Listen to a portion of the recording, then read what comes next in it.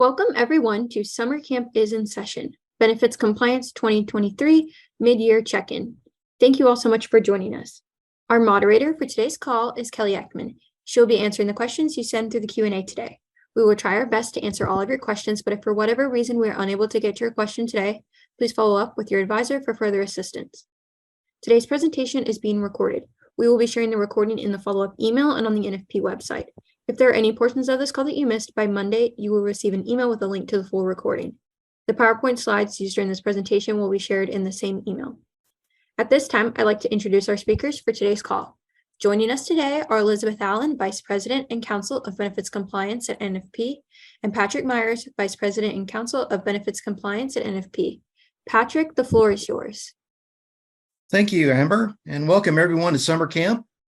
I hope you've applied your sunscreen and gotten your water bottles, because for the next hour or so, we're going to be going over developments in the benefits compliance space over the last 6 months or so. If you go to the next slide, see the smiling faces of your camp counselors today. My name is Patrick Myers, and my co-presenter, Beth Allen, and the two of us will be taking you through the various developments that have occurred over the last 6 months or so. But before we can go do that, let's go to the next slide and touch on our disclaimer, our obligatory disclaimer. We're just going to be providing an overview and some highlights on developments in this benefits compliance space. We are not providing any legal advice today. If you've got any legal questions about any of the issues that we bring up today, you be sure to consult with your legal or tax counsel. And finally, I should notice to emphasize that this information is current as of today. As we all know, this stuff can change at any time. So we do our best, but we can only be current as of today. So if we go to the next slide, you see our agenda. And we've divided it up into several different buckets today. We'll start off with an overview of some of the changes and developments in the federal regulatory space. Then we will talk about some developments in the retirement space. And then we'll wrap it up by providing an overview of a couple of pretty important cases that might have an impact on benefits compliance. If not right now, then perhaps in the future or the near future. Then we'll give you some updates to important annual limits, as well as some compliance deadlines. And for each area that we touch on today, our format's going to be, we're going to be answering a couple of questions for each topic. The first question is, what's happened in this particular topic since the last time we presented on it? And what do employers need to know now that there's been a change? And finally, what should employers be doing now that that change has occurred? Once we answer those questions, or at least touch on those questions, then we'll also provide some guidance as to some resources that we have that might help, which would provide you with additional information should you need it. Go to the next slide, please. And now we'll start with some health updates. And we're going to begin with the end of the COVID-19 emergency declarations. As many of you know, during the course of the last couple of years, in the course of the pandemic, the federal government has had a lot of responses to the pandemic, two of which include the public health emergency as well as the COVID-19 national emergency. And both of those ended in the last couple of months. The public health emergency ended on May 11th, and the national emergency ended on April the 10th. Now, if you remember back at the beginning of January, the Biden administration actually intended to end both of these emergencies on May the 11th, but Congress decided they needed to end the national emergency sooner, so they ended it on April 10th. One of the reasons why I mentioned this is that because it was originally intended to end on May 11th, the outbreak period that is relevant for the national emergency was to be extended to 60 days after the date the national emergency was declared over, which would have made it July the 10th. Now, since the national emergency terminated on April the 10th, the outbreak period would have then subsequently ended earlier, but the Department of Labor said that they weren't going to change the date, so the outbreak period will end on July the 10th. So what this means is that the outbreak period, which was instituted when the national emergency was instituted back in March of 2020, that meant that, of course, several ERISA plan deadlines were extended. So they were extended to the to the earlier of either the first year anniversary of the date that relief was sought or 60 days after the end of the national emergency. And so any of those deadlines that were told during that outbreak period will begin anew on July 10th, 2023. So what do employers need to know? When the public health emergency ended, then under the public health emergency, any mandatory coverage of COVID-19 tests and out-of-network vaccines without cost sharing, that is now over. Standalone telehealth options for employees not enrolled in group health plans is no longer permitted. And EAPs offering COVID-19 tests and vaccines no longer qualify as accepted benefits. When the national emergency ended, of course, the outbreak period continues until the 10th. But until then, certain COBRA, special enrollment rights, claims filing, appeals, and external review deadlines are told. And so that after July 10th, those deadlines will go back to where they were before the pandemic. Now, another thing to note is that the end of these emergencies also means that COVID-related Medicaid expansion is also expiring. So that's causing a lot of people who were on Medicaid to lose coverage.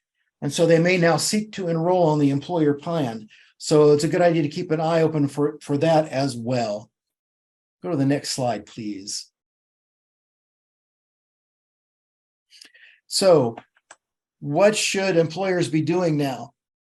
For the public health emergency stuff, it's a good idea to consult with carriers if you're fully insured and the TPAs if you're self-insured regarding any coverage changes that were made in response to the public health emergency. If you're a self-insured plan, then sponsors need to decide whether to impose cost sharing or medical management criteria on COVID-19 tests, either those that are provided over the counter or ordered by a physician, as well as those out-of-network vaccines. Employers should also make any necessary changes to plan documents and participant communications. If those documents were amended to adopt those PHE mandates in 2020, then those documents need to be amended again to reflect any rollbacks in coverage. Now, that might require a summary of material reduction in covered services, which would be due to participants within 60 days following the change. But if any of these changes affect what was in the SBC, then an updated SBC would need to be provided to those participants within 60 days prior to the change. But even if the plan wasn't amended to adopt these mandates, it's a good idea to notify plan participants of any changes to coverage of COVID-19 tests and vaccines. In addition, it's a good idea to consider the impact on HSA eligibility.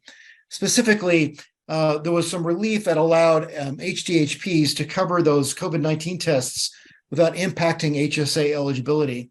And now the relief says that this is going to last until further guidance is issued, but that just means that it could happen anytime. So you need to be prepared for those to end. Now, as far as the national emergency is concerned, it's a good idea to review all those plan documents and employee communications to make sure that those deadlines were accurately communicated. And so any references to the outbreak period should be removed. In addition, consider communicating the expiration of the deadline relief to plan participants. It's not strictly required, but it's a really good idea. It's also a good idea to connect with your COBRA administrator to confirm COBRA notices will be updated as needed to reflect new deadlines. And it's also a good idea to review those procedures for administering those HIPAA special enrollment rights, COBRA elections, and COBRA premium payments.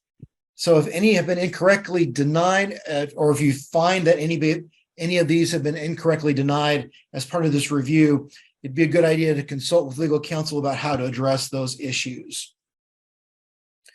And some of the resources that we have on this topic include our Get Wise Wednesday that we had in March, where we talked about this in greater detail.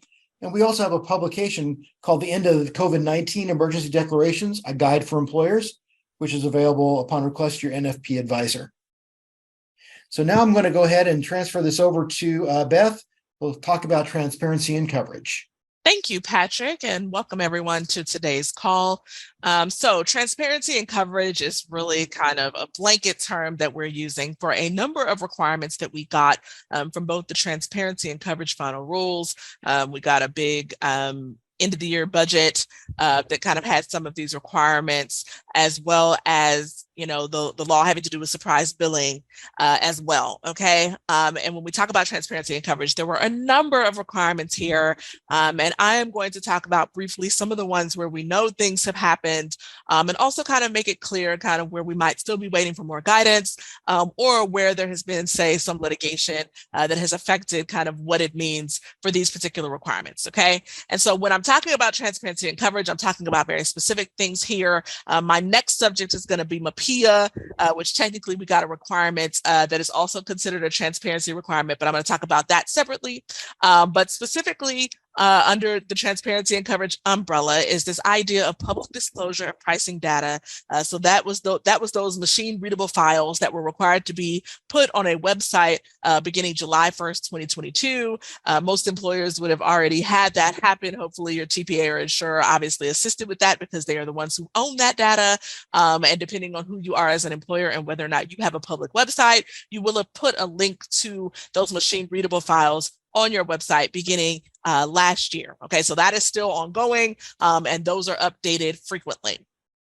The participant cost sharing tool is that requirement to basically, for right now, do that list of like 500 different, services and items. And that also was required beginning this year. Again, your TPA insurer would have done this for pretty much everybody because they're the ones who have that data. But that is something that we saw go into effect this year. Removal of gag clauses is kind of interesting because it's really this concept that there should not be any parts of the contracts for these plans that basically prohibits the plan or a third party from getting information about kind of the terms of the plan and kind of the coverage under the plan. Okay. And so this was kind of a two-part thing where removing those clauses was required beginning in December of 2020. But then this year, there is the requirement that plans have to actually attest that the gag clauses have been removed. And so that attestation is due by the end of December. We saw CMS come out with kind of like a whole website through which plans can do that attestation. We know that, the insurer or TPA would potentially go and do that attestation for most employer plans, if not all employer plans. But that is something that we're watching because it's still kind of a requirement right now.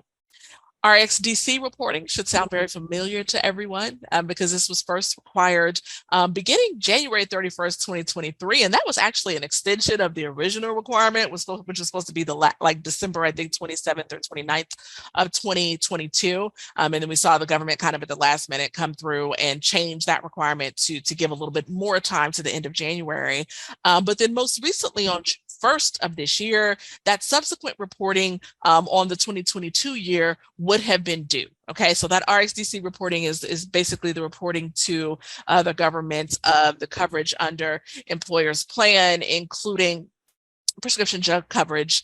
And so that was kind of a big to do because a lot of the TPAs and insurers went ahead and did it for the first reporting period that was due by the end of January. But then for the reporting period that was due for June 1st, we had some of them come back and push back about whether they were going to do the employer specific portions of the reporting. And some of you might have had somewhat of a hard time with that. Okay. We did get some additional guidance from CMS, including kind of the reporting forms for June 1st, but that is going to be something that's going to be due each June 1st subsequently from now. Service provider comp disclosures are basically required beginning with contracts that were entered into after December 27th, 2021. And that's basically any service provider that receives $1,000 as a part of working for or with your plan should be providing you with a service provider compensation disclosure. Many of you, if not all of you, should have gotten comp disclosures from your service providers at this point, but that is something that is also going to be ongoing. The prohibition on surprise billing and independent dispute resolution really has to do with that idea of prohibiting surprise billing situations, which is basically a situation where someone goes to the hospital, is getting treatment for something, and then ends up afterwards with a bill for, let's say, an out-of-network provider that they were not aware that they were going to have, right? So this provision is looking to end that, in addition to a number of state laws that also came into play.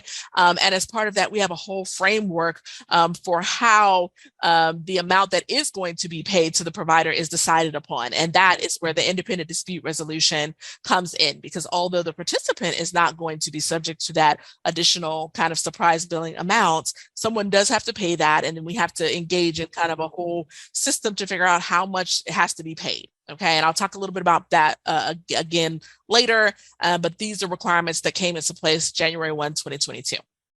Then we got a number of requirements that I'm just lumping together, right? So the idea of continuity of care if you've begun it and you lose your insurance, provider directories that are provided in addition or in conjunction with your plan, ID cards having cost sharing information, advanced explanations of benefits, price comparison tool, and ambulance reporting are all technically reported beginning or required beginning on or after January 1st, 2022. But we do have kind of some wait and see guidance on that. And then air ambulance reporting specifically, no reporting now is technically due until after the final rules, okay? And so what do employers really need to know about kind of all these requirements? Most of them are in effect, and you will have already been working with your TPA or insurer to make sure that they are happening. I will point out that the only one right now that has been completely kind of hampered by litigation is really that independent dispute resolution piece of it, right? So we know that the surprise billing requirements or the prohibition on surprise billing is in place, but the way that, again, those parties come to that amount that will be paid to the provider is kind of wrapped up in the independent dispute resolution. And we've had some lawsuits or litigation on that's kind of causing a back and forth thing. Okay, so keep in mind that we're still trying to figure out exactly how the independent dispute resolution process is supposed to work, because that is a particular area where the government was sued. We're also still waiting for guidance on kind of those catch-alls that I mentioned, or those ones that I lumped together, continuity of care, provider directories. The government did indicate that they are going to provide guidance, but until then, basically just a good faith effort or reasonable interpretation is allowed. Mind you, on a lot of those, if not all of those are ones where the TPA or insurer is meeting the requirement on behalf of the plans. Now, what should employers be doing when it comes to transparency and coverage? Really, they should be monitoring the insurance at TPAs, insurers and TPAs. You know, as I mentioned, a lot of the requirements that we talked about are things that the employer could not do it if they wanted to, because they don't have access to the data and would not be able to make that available. But they do. That does not absolve them from the requirement to basically know that their plan is still technically in compliance, right? So when we talk about, let's say, the public disclosure, employers should at least make sure that the machine readable files link that they've been provided by their insured CPA actually works, right? And is actually current and updated. They want to make sure that the internet-based participant cost sharing tool is also set up and they know where to find it if a participant asks. When it comes to RxDC reporting, you want to make sure that that was actually done for your plan. And I put a little asterisk here because specifically with this, you want to make sure that they actually did, your portion of it. If that was your understanding, like I said, we had a lot of insurers that came out and kind of said, well, employer, you have to provide us this plan for specific information. And a lot of them even put deadlines on that requirement. And so you want to make sure that you're doing your part and that you provided whatever information that the insurer TPA requested from you to complete the RxDC reporting in full. And then also you want to make sure that written agreements reflect that the insurer TPA is going to take on these responsibilities. And so as you all are negotiating, let's say updated contracts with your TPA or insurer, it would be good to make sure that there are provisions that discuss the fact that they are going to meet these requirements, okay? Likewise, you want to confirm that the insurer TPA has removed gag clauses. I know that this is something that we are actually working on, and we're finding that, a lot of insurers or TPAs will just say, yeah, we removed them. But then if we look, we might actually find some, or there are situations where, let's say that there's not, let's say, a gag clause in operation, but then when certain information is asked for about the plan, the plan sponsor hits, a wall with the insurer, okay? So you want to make sure that you're at least asking about that, and whether or not they're going to actually submit the gag clause attestation by the end of December. And then as far as the broker comp or the service provider comp piece, you want to make sure that you gather and review all service provider disclosures, and that you have those. And if any of your service providers didn't send them, then you want to ask for them. And then also continue to follow us and other industry leaders to be alerted as these things continue to be updated. A number of resources here. We have a very good chart that was done by one of our team members, Carol Wood. The Transparency and No Surprises Act obligations of group health plans is fantastic and lists out all these requirements that I just talked about. And then we have a number of compliance corner articles about each of these situations. So one of my favorite topics, to just kind of let you all know where we are with MAPIA, or the Mental Health Parity, Addiction and Equity Act. Now, mind you, we tried to focus on in this presentation concepts where there has been some change or update in the last 6 months, as Patrick mentioned. And with MAPIA, it was kind of an exception, right? Because nothing as far as kind of the guidance has changed specifically. Basically, since February 10th of 2021, employers have been required to have what's called a non-quantitative treatment limitation comparative analysis. Remember that under MAPIA, the plan has to basically provide mental health, substance use disorder treatment in parity or on the same, basically based on the same terms as they do offer medical surgical treatment. And that could happen based on the numbers under the plan. So let's say copays, deductibles, coinsurance, and then it could happen with things or terms that are not based on numbers, right? And so these might be roadblocks that the plan hits that are just kind of a function of what happens. So for example, pre-authorization, or the requirement to have pre-authorization would be a non-quantitative treatment limitation. So would, let's say, how many providers can actually get on the network, or things that, again, don't have to do with the numbers, okay? So we have this requirement to have a comparative analysis. And since that came out, the DOL has very heavily enforced MAPIA. They went out and received a number of these analyses, and they did a 2022 report to Congress, basically saying that every single one of the 156 comparative analyses they received were deficient, and also pointing out red flags and other issues. As recently as May, the one kind of update that we have had is that the DOL has continued to signal that they are focusing on MAPIA, and specifically for protections for autism treatment. And so you want to definitely keep that in mind as you are reviewing your own plans, okay?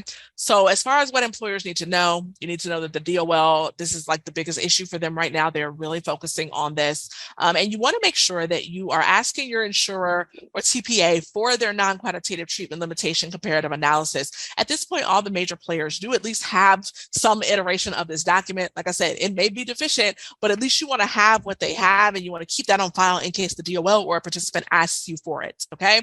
You also may want to review the DOL's NQTL self-compliance tool, which I have linked to this, as well as their red flags tool, to see if your documents actually have any of the problematic type of provisions on their face, okay?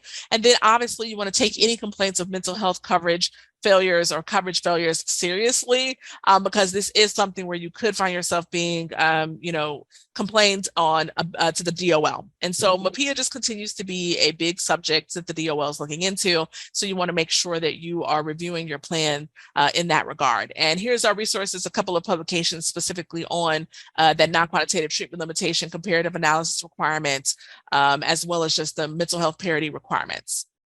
All right, so Patrick, do you want to talk about the employer mandate reporting changes? Sure. The employer mandate reporting has seen a pretty major development this last 6 months or so. In fact, in February, the IRS issued some final regulations regarding the electronic filing of those employer mandate reporting forms. According to the final regulations, the threshold for required electronic filing of those forms is being dramatically reduced down to an aggregate of 10 forms, and that will include forms W-2, 1099s, as well as those 1094Cs and 1095Cs. So what employers need to know is that starting next year, that is when you're reporting for this year, pretty much all employers will have to file those forms 1094Cs and 1095Cs electronically. So employers should be identifying the vendors to assist if they have filed those by paper in the past. So they want to make sure that the vendors are up for the task of filing all those electronically and make sure everybody's on the same page. Our resource on this We do have some Compliance Corner articles and FAQs on this. The links are included here in the slides that talk about this new change in more depth. And if we can go to the next slide, we'll talk about another issue that came up over the last 6 months, which is the IRS Claims Substantiation Memo. Back in March, the IRS published a memo that confirmed the requirement that all health FSA and dependent care assistance program expenses have to be substantiated before they're paid. While this guidance isn't new, it does signal that the IRS is either noticing noncompliance or intends to look at this much more closely through audits in the future. So something that you need to pay attention to. So what do employers need to know? Well, first, all expenses need to be verified by the employer or their FSA or dependent care vendor. Otherwise, the expense has to be included in the employee's gross income. So that means that employers can't allow those employees to self-certify those expenses, or the employers can't substantiate only some of those expenses, like via some sort of a sampling practice, nor can they substantiate only expenses that are above some sort of de minimis amount or from non-favored providers. Now, just note that when it comes to the dependent care FSA expenses, it's like, for instance, summer camp, those have to be substantiated after the expenses incurred and should not be reimbursed before the expenses incurred to be excluded from in order for it to be prevented from being excluded from the employee's gross income. Excuse me. Next slide, please. And so what should employers be doing? Well, to understand those additional compliance reminders, if the health FSA claims can be paid through a debit card, the employers will have to take additional steps to make sure that those claims are substantiated. Dependent care expenses must be substantiated after the expense for the care is incurred. And employers should ensure that those requirements are met either by the employer or by that vendor. And so remember that the ERISA duty to monitor the vendor is still on the plan and not the vendor. So the vendor is just the agent here. So it's ultimately going to be up to the employer to make sure that these claims are substantiated by the vendor. And again, we have some Compliance Corner articles that touch on this topic in more depth. So we encourage you to review those. And so now I'll switch this back over to Beth to talk more about retirement. Yay. Okay. So I know that most of you are used to us talking about health and welfare subjects on this call, but every now and then it's appropriate to go ahead and talk about a little bit of retirement. So I'm going to spend the next few minutes talking about Secure 2.0 Act, which is arguably the biggest, change in retirement plan legislation that we've received in about 15 years. Now, mind you, it was followed up, or it was preceded by Secure Act 1.0, which is what I'm calling it. That was obviously just a Secure Act, but it was preceded by Secure Act 1.0, which was like a whole, couple years before this. And so, mind you, we saw Secure 2.0 come as part of the national or federal budget basically for the year at the end of 2022. And really we have another several dozen provisions that are basically designed to expand the access to people who don't have, let's say, retirement plans through their job, basically allow for more opportunities to save more money so that people have more money in retirement, as well as allowing employees to potentially access their retirement savings while they're still working for important reasons, and then also to somewhat lessen the administrative burden on employer plans, again, with the hope that that would mean that more employers would offer retirement plans, and those who are offering them would not have as hard of a time, let's say, doing it. Okay. And so this chart you see on this page is all a bunch of the different provisions, several of them that apply more widely to employers. And there are another several dozen that are kind of very specific to specific types of employers that are not included on this particular chart. I'm going to take some time today to talk about the pieces that you see that are bolded. And what I went ahead and did as a part of that is I chose specifically the provisions of Secure 2.0 that are effective now. Okay, so that means that the law passed at the end of December of 2022. And these provisions that you see on this bulleted list are ones that you could potentially make a choice to change in your plan as of now, okay? Also keep in mind that on Secure 1.0, pretty much all of those provisions have already had effective dates that have come and gone, right? And so some of you might be, let's say, taking steps now to amend your plan documents, specifically stating the changes that you made due to Secure Act 1.0. But all of those provisions of that particular law are pretty much effective, at least the ones that apply to the vast majority of employers. There are a few things from Secure Act 1.0 where the DOL had to do certain things over a certain number of years, or there was some guidance that needed to be provided, okay? But we're definitely in Secure 2.0 land, and I'm going to talk about this list of some of the changes that are effective right now, okay?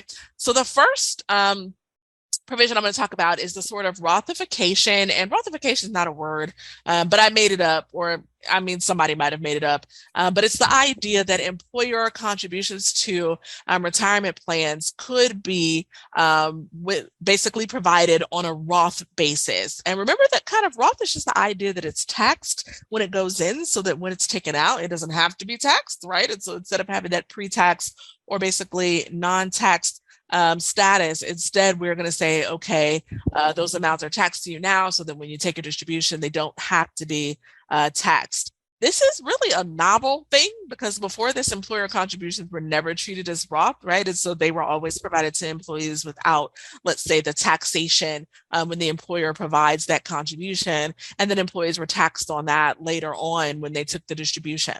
But there are probably a lot of employees, depending on their situation, that they're gonna experience in retirement, who might want to have this option of having their employer contributions be taxed now instead of in the future when they're going to receive that distribution.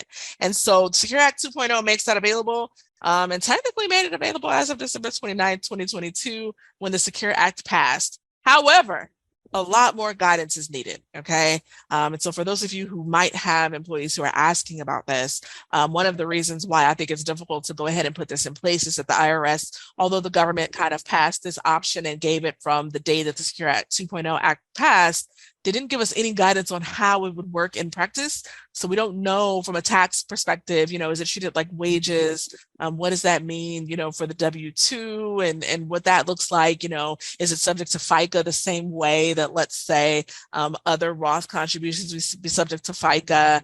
When are the employer contributions taxed? I mean, there's a lot of questions there that we do not have answers to. And frankly, I think the industry wanted answers as of now that we don't have yet. And so really, if there are employers who really want to seek out this option and implement it in the near future, you're going to want to work with not just kind of your payroll vendors and your accountants, but you're going to have to work with legal counsel, because there's just a lot of guidance that we don't have yet. And so I think that the vast majority of employers are going to benefit from just waiting until the IRS comes out with more guidance on how this is actually going to be achieved in practice, because right now we don't have anything except for the fact that this is an option. Okay. So moving on to the next two pieces that I want to talk about that are in place today. Both of them have to do with the opportunity to take distributions or withdraw from your retirement plan while you are still, before you basically reach that retirement age. Okay. And so the first one is with the situation of federally declared disasters. Okay. And we've seen this over the last several years, where the IRS has come out with kind of regulation after regulation, making it clear that people who fall victim to federally declared disasters will be able to take a distribution or withdrawal from their retirement plan. But kind of what we saw until the IRS has kind of made some moves is that each disaster, the federal government had to say, okay, yes, you can take a distribution from your retirement plan because of this disaster, right? Secure Act 2.0 basically says, okay, if there is ever a federal disaster that is declared in the area where you live and you have economic losses that are due to that disaster, then you can take a distribution from your retirement plan, okay? There are going to be rules about, how much you can take, obviously. You could take potentially a higher loan amount that will come with different loan rules than what would normally apply. And then they also kind of give some different provisions as to, if you wanted to repay it, how long you would have to repay it, and what would happen if you took out that money as either a distribution or a loan. Okay, so that's already effective. And technically, they even gave this retroactive effect back to any disasters that occurred after January 1, 2021. And so you might have employees who would want to take advantage of this if your plan allows it, because it is optional. Okay. Another type of distribution that was available pretty much immediately was distributions for terminally ill participants. And so this allows for participants to basically take a distribution or withdrawal from their account if a physician has certified that they have a terminal condition. Now, the person can also choose to potentially pay it back in 3 years. If they are terminal, then chances are they probably won't. But that is an option if maybe somehow their situation is not as terminal as they thought. But this is kind of a new option that is out there. And again, some employers have already looked to actually implement this, okay, because it was effective as of the passage of Secure Act 2.0. But it is optional, right? So employers do not have to put this in place. A few notes about just the implications of the addition of new withdrawal or distribution options. First of all, this is kind of a continuation. So with Secure 1.0 Act, we saw withdrawals for birth or adoption, where employees could choose to take up to $5,000 out if they had a baby or adopted a baby. Again, that was optional for plans to, to put into place. And so some of you might have put it into place. Many of you probably did not.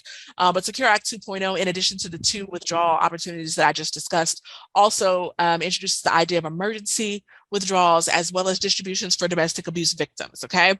And I think when you consider the employer implications of this, additional guidance is still going to have to come up on a lot of these offerings just to kind of give us more of an idea of kind of the ins and outs of what employers need to look at. And then obviously employers who are making the decision of whether or not they're going to cover this have to decide kind of whether or not they want to cover it based on the competing interest of having more funds available in retirement versus being able to access those funds if there's immediate need.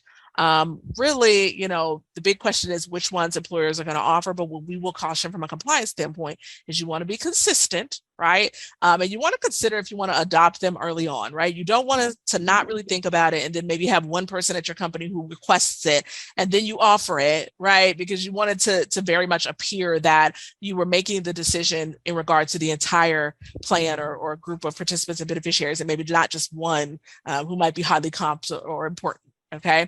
And then there's also kind of a fair level of sensitivity around a lot of these situations. And so HR managers should also consider just privacy, as well as the opportunity to, communicate with employees of other, let's say, state law requirements that may apply or other benefits that might be warranted or suggested in those situations. Okay. As an example, the distributions for domestic abuse victims also implies that domestic abuse is going on. And a lot of states have now provided a certain amount of leave for those who are dealing with domestic abuse. And so those are situations where HR staff should be familiar with the ways that these kind of tie in together.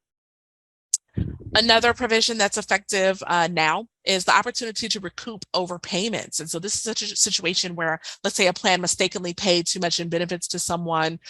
Usually what ERISA would have required is that they'd have to go down and track back that money from that participant in order to make the plan whole. And what this rule basically says is that if you don't make those people repay that, right, then it doesn't impact the qualified status of the plan. But it does also introduce some additional rules if you do actually make them repay it. And so keep in mind that you can make that decision to not go after, let's say, these mistaken benefit overpayments, but you want to keep in mind that, you're going to make that decision for everyone. And you're going to want to make sure that you consider, whether or not it's worth it to put in this type of policy set against kind of the propensity for there to be mistakes. Another piece that was available or effective immediately for plan years that begin after December 29, 2022, was this idea of self-certification of the need for hardship distributions. The rules before said that you basically had to have employees provide substantiation documents to basically prove their hardship and their financial need. And as you can expect, that would kind of really slow down the process of receiving the funds from the plan if the employee has to do that. And the employer also would then kind of have to shoulder some administrative burden to make sure that they got those documents. This provision allows for employers to rely on an employee's self-certification of their immediate and heavy financial need, and that they're only taking out as much as they need to deal with the hardship, okay? Again, employers can decide if they want to allow this. And we have seen that vendors are actually stepping up and trying to kind of assist with this as well. So I think employers have some decisions to make about how they are going to require employees to prove their need, or if it's just going to be a self-certification. And then we also saw a change, and I think this was a welcome change, frankly, that allows plan sponsors to basically not provide plan notices and required documents to eligible employees who don't enroll in the retirement plan. Under ERISA, basically on the retirement side, participants were basically defined as anybody who was eligible, even if they did not actually enroll in the retirement plan or defer any money to it. And so that really meant that employers every year were spending money potentially to send out all of the plan required notices and documents such as the summary plan description to people who were not even in the plan and probably did not even show any desire to be in the plan. And so this changes that. And it's important to note that this really lines up with the recent change to the Form 5500 for retirement plans that no longer requires employers to count the people who are eligible but not enrolled. Okay, and so that's kind of a new change, but that lines up with this provision. And really, all that's required now would be an annual reminder to those eligible people that they could potentially still enroll in the plan, but you wouldn't have to give them all the other communications that you give to people who are actively enrolled in their retirement plan. And so I think this is a welcome change. And then also required minimum distributions, which interestingly, we saw change in Secure 1.0 Act. The age went from being 70 and a half at the point at which you had to take required minimum distributions to being 72. And then the Secure Act 2.0 came along and changed it to 73 in January 1 of 2023, and then it will be 75 starting in January 1, 2033. Now, interestingly, I don't know why we didn't just change it to 75 now. I do kind of know why. This is considered a pay for or require minimum distributions, present taxes that are paid to the government, right? And so they basically have to make their laws budget neutral. And so I'm sure that the graded change or phase change has to do with the revenue to the Internal Revenue Service. But keep in mind that we have this change already where that required minimum distribution is not going to be due for people who are 72 anymore. Now it'll be 73 starting now, okay? There were also a number of other changes to require minimum distributions in the law. And this is something where we're going to get a lot of guidance. And the IRS actually already provided some guidance on this already on how these required minimum distributions will be reported for people who basically turned 73 this year. So what should employers be doing in regards to the Secure Act 2.0?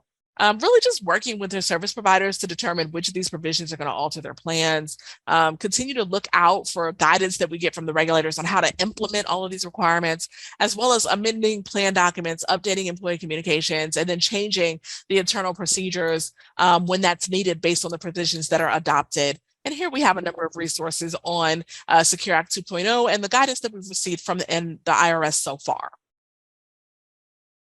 Now, just to do a brief piece on another thing that's affecting our retirement plans, where we've seen some movement here, is with environmental, social, and governance kind of factors being considered with investments. And this is kind of interesting because it's really entered the culture wars in kind of, I think, a weird way. We saw the Trump administration come out and basically put out a rule that requires fiduciaries to basically only base investment decisions on pecuniary factors, which is really just a fancy way of saying looking at the money only.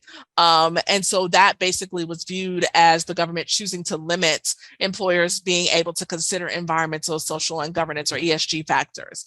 But then in December 2022, the Biden came in and finalized their rule allowing for ESG factors to be considered when employers are analyzing investments. And then in early 2023, we saw a new House come in. The House voted to basically nullify the Biden administration final rule. And then we saw President Biden enter his first presidential veto to basically veto that bill. Okay. Now, mind you, this is all kind of like a dramatic thing, but the reality is that, ESG factors can be considered for now, but the employer is still not excused from the regular ERISA requirements to only make decisions that are prudent and in the best interest of the plan's participants and beneficiaries. And so it's not like employers can just choose ESG type investments and not consider what is best for the plan, because that's still going to be problematic under the rules. And it's going to be important for employers to work with their plan investment advisors to make sure that they're picking their investments prudently. Okay. We do have an article about this topic. All right, I think that's enough retirement for our group that is used to mostly health. So, Patrick, you want to talk about some of our litigation updates? I sure can. If you could go to the next slide. Thanks. And before I get into this, just a note that even though the time that you guys are spending listening to this summer camp presentation is likely not an expense that you can get reimbursed through a dependent care assistance program, if you need to substantiate this nonetheless, then just know that the slides and a recording of this presentation will be available after we're done here today. So it'll be available to you when you need it.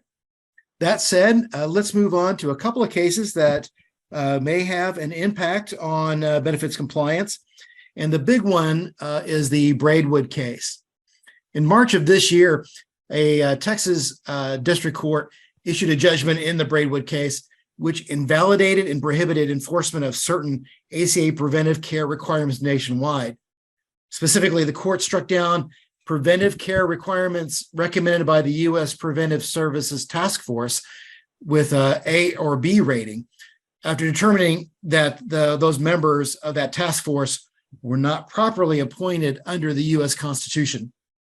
The final judgment here followed the court's September 7th, 2022 ruling in a case challenging the legality of the ACA preventive care mandates that required non-grandfathered health plans to cover certain preventive services without cost sharing in network.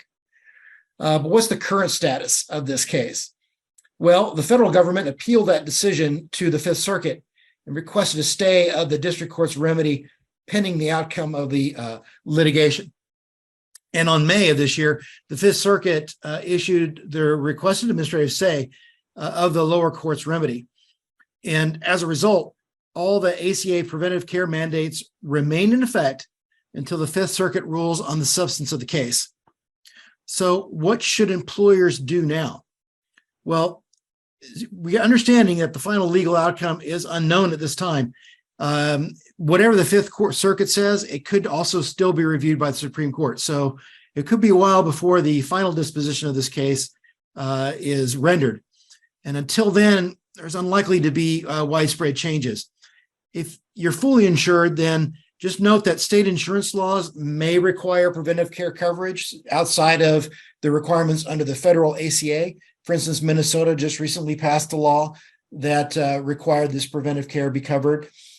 If you're self-insured, may postpone coverage changes that could require reversal if a ruling is overturned. So it's just a good idea to keep an eye on these to avoid making unnecessary work for yourselves if you remove those and then have to put them back in again, or vice versa. Another thing to do is to consider the cost and benefit of free preventive services. Remember plan document and participant notice requirements when you're considering any sort of plan changes. Continue to monitor for future developments. And of course, we will certainly be doing that as well. And for specific advice and guidance, however, we would have to suggest that you consult with your legal counsel. And we have a couple of compliance corners on this case, not only on the case itself, but on some FAQs that the Department of Labor had issued in response to the court cases to clarify what their position on whether or not this preventive care service requirements would be enforceable. And of course, any developments in this case, we will be reporting on as well. Can you go to the next slide, please? So now we're going to talk about a case that deals with some fallout, I suppose, from the Dobbs case that came out last year, that of course overturned Roe versus Wade. And after the Supreme Court overturned the constitutional right to abortion in that Dobbs case, there have been a lot of legal battles that are focused on the medications used for abortions, including mifepristone. In November of last year, there was a case, the Alliance for Hippocratic Medicine versus FDA. A group of medical organizations and a few doctors sued the FDA in federal court in the Northern District of Texas. The plaintiffs challenged the FDA's approval of mifepristone in 2000, claiming that the FDA did not follow proper protocols. And of course, the FDA's subsequent removal of certain other restrictions relating to the drug, including allowing it to be made available via telehealth, were also challenged. On April of this year, the district court judge announced a preliminary ruling that invalidated the FDA's approval of the drug. Now, even though this was a pretty sweeping change, the court nonetheless gave the FDA a week to seek emergency relief before the ruling would take effect. The Biden administration immediately appealed this to the Fifth Circuit and requested a stay of the remedy pending the outcome of the case on its merits. The Fifth Circuit granted a partial stay, allowing the drug to continue to be sold, but also said that some of those subsequent rulings by the FDA would be stayed. The Department of Justice appealed that to the Supreme Court, which granted a full stay. So it allows the drug to be sold as if the court ruling had not occurred. So it's everything that the FDA approved from 2000 on is still in effect. So what is the current status of the case? The Fifth Circuit is now reviewing the case on its merits, meaning that whether the FDA followed proper protocols in approving mifepristone in 2000 and those subsequent rulings by the FDA, whether or not those were done appropriately. And the main issues that are debated in the oral arguments have been regarding the standing of the case, whether the plaintiffs actually had a legal basis to bring the case, whether or not a 6-year statute of limitations actually applies to this case, and whether or not the FDA's later decisions to expand access to the drug would be allowed under the APA. So the Fifth Circuit rejected the Department of Justice position that courts should not question the FDA's approval and indicated that their role is to review the FDA like any other agency, noting the FDA has approved other drugs later found to be unsafe. So how does this affect group health plans? Well, the impact will not be known until the legal process is completed, and that can take some time. The Fifth Circuit's decision could come at any time and will likely be appealed to the Supreme Court. Under the emergency stay issued last month, mifepristone will continue to be available until the Supreme Court rules again or it refuses to hear this appeal. Employers who are considering expanding the coverage of mifepristone, for example, to make it available via telehealth, likely will need to await the final legal outcome before moving forward. Decisions may be impacted by state law restrictions as well as liability concerns. So questions regarding coverage for these sorts of medications and related risks should always be directed to your legal counsel. And if we go to the next slide, we'll talk about a proposed rule that may have an impact on the enforcement of some of these state laws regarding abortion services, as well as some other issues relating to the Dobbs case. So what happened? Excuse me just a second. HHS recently issued a notice of proposed rulemaking that will expand reproductive health care privacy under HIPAA. This rule creates, or proposed rule rather, creates a new specially protected category of private health information called reproductive health care, which includes prescriptions and over-the-counter medications, pregnancy-related health care, fertility or infertility-related health care, and other care related to the reproductive system, regardless of whether an individual is pregnant. The proposed rule prohibits disclosures of this kind of PHI by covered entities, which include group health plans and business associates for non-healthcare purposes, even in the case of a court order or a search warrant. The plan or the business associate could not disclose PHI for purposes of a criminal, civil, or administrative investigation or proceeding against any person in connection with seeking, obtaining, providing, or facilitating reproductive health care, where such care is lawful under the circumstances in which it is provided. So what would the impact of this rule be on plan sponsors and business associates? Right now, it's only a proposed rule, and it can be modified at any point during the process. But those comments are due, or actually were wrapped up by last week. But if the final rule is issued, compliance would likely not be required until 2024. The changes would require additions to the HIPAA Notice of Privacy Practices, as well as your business associate agreements that explain the prohibited uses or disclosures of reproductive health care. Updates to policies, procedures, and training manuals will need to be made to reflect the changes imposed by this new rule. because it requires a covered entity to obtain a signed and dated attestation when it receives a request for PHI potentially related to reproductive health care, that such use or disclosure is not for a prohibited purpose. But at this point, it's important to be aware of the proposed rule, and we will monitor them for future updates. So we also, of course, have some articles in Compliance Corner about this, and we will continue to update as developments occur. So now we got through that. I'll pass it back to Beth to wrap it up. All right, so we only have about 5 minutes, and we thought that we would just talk about a couple of the updates to penalties and things that we've received. I'll be honest, sometimes the DOL and the IRS kind of slow roll their updates to things, definitely slower than we would like them to be, but we have gotten a couple of the changes already that are going to be in place for 2024. So those bear kind of discussing here. So specifically, last month, the IRS released a revenue procedure where they adjusted the HSA contribution limit and the limits or the deductible limits and out-of-pocket max for being a qualifying high deductible health plan, as well as the benefit limits for an accepted benefit HRA. Okay, and so here we see those limits on the 2024 side. You'll note that the HSA annual limit went up quite a bit, really. So it went up. Let me do math real quick, about $300 on the single side and about $550 on the family side for what was in place last year. And then as far as the qualified high deductible health plan requirements, we saw a slight change in the minimum deductible for those plans of $100 for single plans and up to another $200 for other than single or family coverage.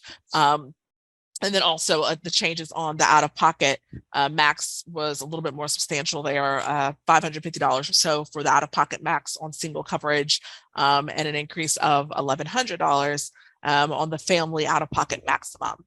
As it pertains to accepted benefit HRAs, which are those special HRAs that can be used to basically pay or reimburse health care to a specific limit amount, that limit for 2024 is just coming in at $2,100. And mind you, we have updated a publication that I will show you a screenshot of that includes information on these limits being updated. Okay.